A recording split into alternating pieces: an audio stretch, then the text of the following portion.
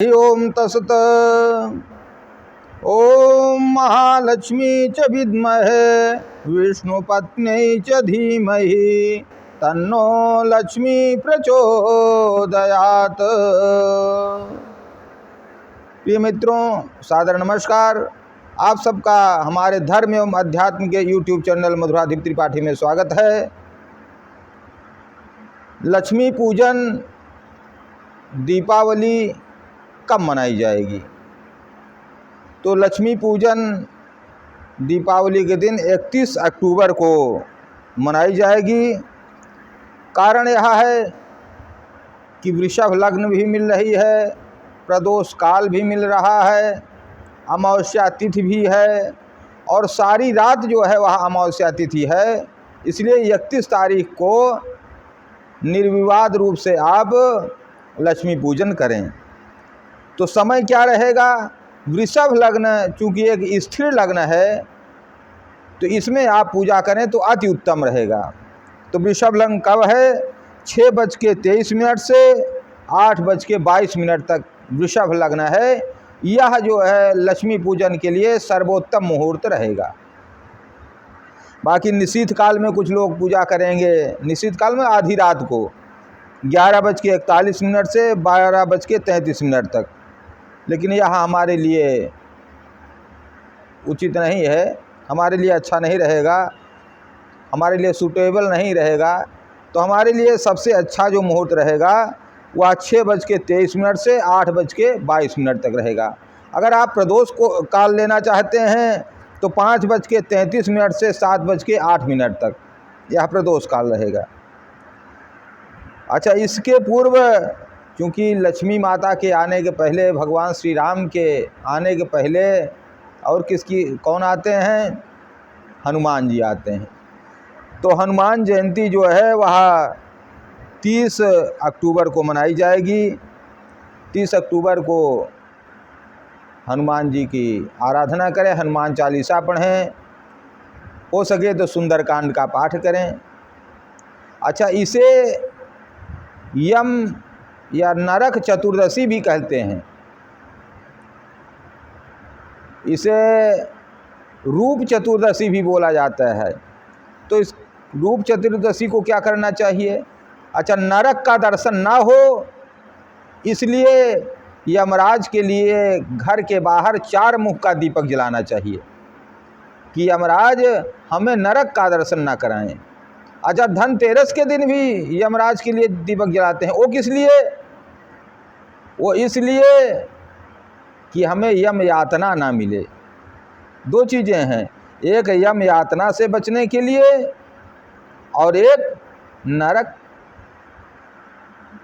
से बचने के लिए। मतलब यम यातना मतलब समय से पूर्व मृत्यु ना हो, अकाल मृत्यु से बचने के लिए भी त्रयोदशी के दिन यमराज को दीपक जलाते हैं कि अकाल मृत्यु ना हो। इसलिए धनतेरस के दिन चतुर्मुखी दीपक यमराज के लिए जलाते हैं घर से बाहर, और नरक चतुर्दशी को इसलिए जलाते हैं कि हमें नरक का दर्शन ना कराएं।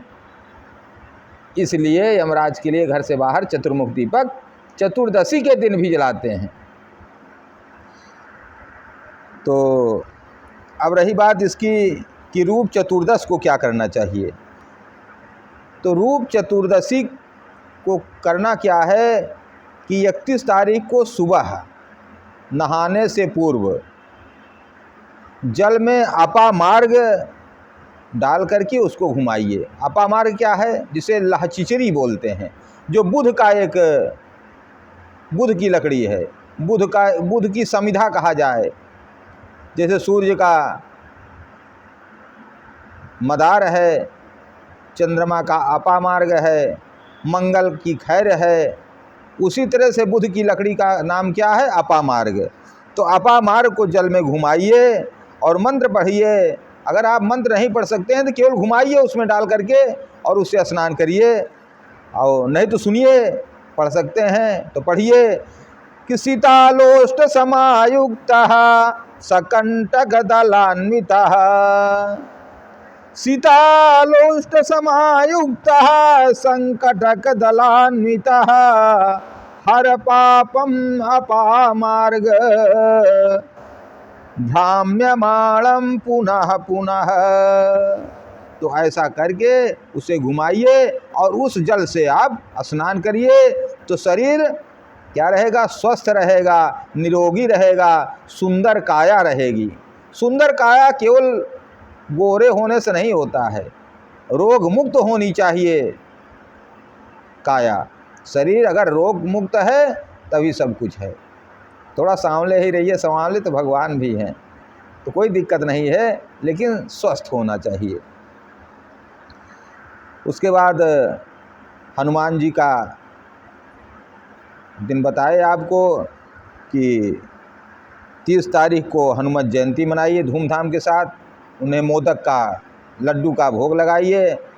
हाँ, ध्यान रखिए, अगर घर में आपका टेढ़ा मेढ़ा ही लड्डू कैसे भी बनाइए, अगर घर में बना सकते हैं तो अति उत्तम है, और नहीं तो आप विश्वसनीय जगह से लड्डू लें, कम से कम उसमें थूका मूता ना रहा गया हो। अब समझ गए होंगे। तो ऐसी विश्वसनीय दुकान से लें जहाँ पर, और सर्वोत्तम तो यह रहेगा कि आपके घर में जो भी है गुड़ चना ही खिलाइए, गुड़ चना ही का ही भोग लगाइए। लेकिन अगर आपको अशुद्धता की आशंका है तो उसको मत चढ़ाइए, घर में बनाइए जो भी है आपके पास, भगवान उसी से प्रसन्न हो जाएंगे। हनुमान चालीसा पढ़िए,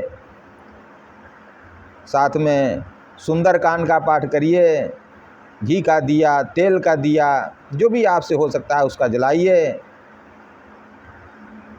और अगर किसी प्रकार का संकट है तो संकट मोचन हनुमानाष्टक का पाठ करिए कि बाल समर विभक्ष लियो तब तीनहु लोक भयो अंधियारो, ताहि सो त्रास भयो जग कोया, संकट काहू सुजात न टारो।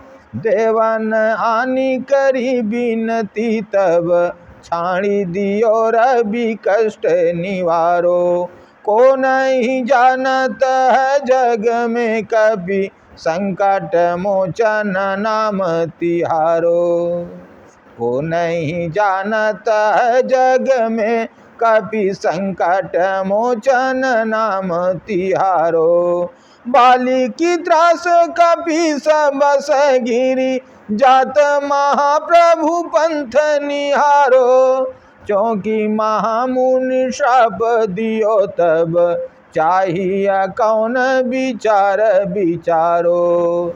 को नहीं जानत है जग में कभी, संकट मोचन नाम तिहारो। ऐसा कह करके भाव विभोर होकर के हनुमान जी को याद करिए। हनुमान जी किनके किनके कष्ट दूर किए, सबके कष्टों को दूर करने वाले हैं। माता सीता के कष्टों को दूर किए, राम जी के कष्टों को दूर किए, और क्या सुग्रीव के कष्टों को दूर किए, तुलसी बाबा के कष्ट को दूर किए। तो समझ लीजिए कि हम सब के कष्टों को दूर करेंगे। विभीषण के कष्ट को दूर किए, सुग्रीव के कष्ट को दूर किए। और इतना जान लीजिए कि हनुमान जी अगर प्रसन्न हो जाएं तो राम जी तो मिल ही जाएंगे। और हनुमान जी की विशेषता ये है कि भुक्ति और मुक्ति दोनों दिला देते हैं। हनुमान जी भुक्ति और मुक्ति अर्थात यहाँ संसार में रह करके सारे प्रकार के भोग भी देते हैं और मुक्ति की भी गारंटी देते हैं। सुग्रीव को राजा भी बनाया और राम से भी मिलाया, विभीषण को भी राज्य भी दिलाया और राम जी से भी मिलाया। पहले राज्य दिलाया, भले राम जी से मिलाया, और उसके बाद फिर मुक्ति भी दिला दी, भुक्ति और मुक्ति दोनों दिया। तो इस दिन और क्या कर सकते हैं? लक्ष्मी पूजन के दिन माँ लक्ष्मी को धान के लावे का अर्थात खील का लावा, बताशा लक्ष्मी जी को ज़्यादा प्रिय है, इसको चढ़ाएं। वीडियो बड़ा हो रहा है, इसलिए शेष अगले अंक में। जय श्री कृष्ण, जय श्री राधे, जय माँ लक्ष्मी, जय गणेश भगवान की।